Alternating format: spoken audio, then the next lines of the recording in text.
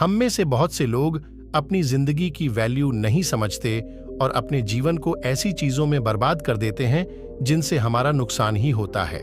कुछ लोग अपनी जिंदगी शराब के पीछे बर्बाद कर देते हैं, तो कुछ लड़कियों के चक्कर में, और कुछ अपनी सारी जिंदगी पैसा पैसा करके बर्बाद कर देते हैं। एक बार की बात है, गौतम बुद्ध अपने शिष्यों को जिंदगी से जुड़ी अच्छी बुरी चीजों का ज्ञान दे रहे थे।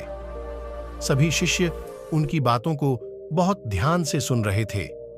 उन सभी में एक शिष्य ऐसा था जिसे प्रश्न पूछने की बहुत आदत थी। वो उठकर गौतम बुद्ध के पास गया और उनसे बोला, आप हमें जिंदगी के बारे में जो कुछ सिखा रहे हैं उस सब का क्या फायदा, क्योंकि हम में से बहुत से बच्चों को यह भी नहीं पता कि हमारे जीवन का मूल्य क्या है। अपने शिष्य की बात सुनकर गौतम बुद्ध अपने कक्ष में गए और एक चमकता हुआ पत्थर का टुकड़ा लेकर आए।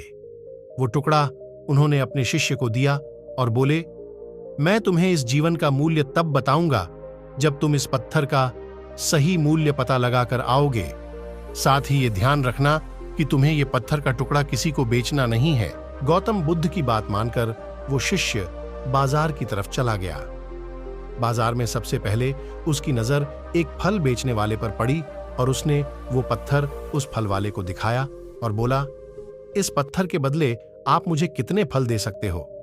फल वाला बोला, ये पत्थर कुछ खास तो नहीं है, लेकिन फिर भी इसके बदले में तुम्हें 10 केले दे सकता हूं। वो शिष्य उस पत्थर को लेकर आगे चला गया। फिर उसे एक सब्जी वाला मिला। शिष्य ने उस सब्जी वाले से उस पत्थर की कीमत पूछी। सब्जी वाले ने उस पत्थर को ध्यान से देखा और बोला, इस पत्थर की कीमत के बदले में तुम्हें ज्यादा से ज्यादा एक बोरी भरकर सब्जियां दे सकता हूं। सब्जी वाले ने उस पत्थर को ध्यान से देखा और बोला, इस पत्थर की कीमत के बदले में तुम्हें ज्यादा से ज्यादा एक बोरी भरकर सब्जियां दे सकता हूं।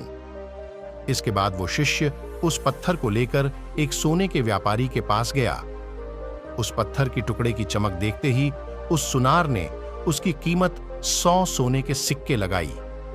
शिष्य ने वो टुकड़ा बेचने से मना किया तो वो सुनार उसके बदले 200 सोने के सिक्के देने को भी राजी हो गया, लेकिन शिष्य ने वो पत्थर नहीं बेचा।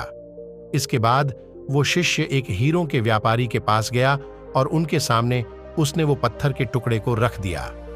उस पत्थर को देखते ही हीरों के व्यापारी ने एक साफ कपड़ा बिछाया, उस पत्थर को उसके ऊपर रखा, फिर उसकी परिक्रमा की और हाथ जोड़कर उस पत्थर को कपड़े में लपेटते हुए वो बोला, तुम जिसे मामूली पत्थर समझकर उसकी कीमत पूछ रहे हो, असल में ये एक बेशकीमती रूबी है। ऐसा रूबी हर किसी को नहीं मिलता। मैं अगर अपना सब कुछ बेच भी दूं तो भी इसकी कीमत नहीं चुका सकता। उस व्यापारी की बातें सुनकर वो शिष्य हैरान हो गया। वो दौड़ा दौड़ा सीधा बुद्ध के पास आया और उन्हें उसने जो कुछ भी बाजार में हुआ वो सब बताया, उसकी अचरज भरी बातें सुनकर गौतम बुद्ध बोले, तुम्हारे सवाल का जवाब इस रूबी की कीमत में ही छिपा है। हमारा जीवन भी एक रूबी है। रूबी की तरह यह भी बेशकीमती है, लेकिन हम इस बात को हमेशा नजरअंदाज करते हैं और अपने जीवन का मूल्य नहीं समझते। हम दूसरों को देखकर और उनके जैसा जीवन जीने की कोशिश में अपने जीवन की कीमत को कम कर देते हैं।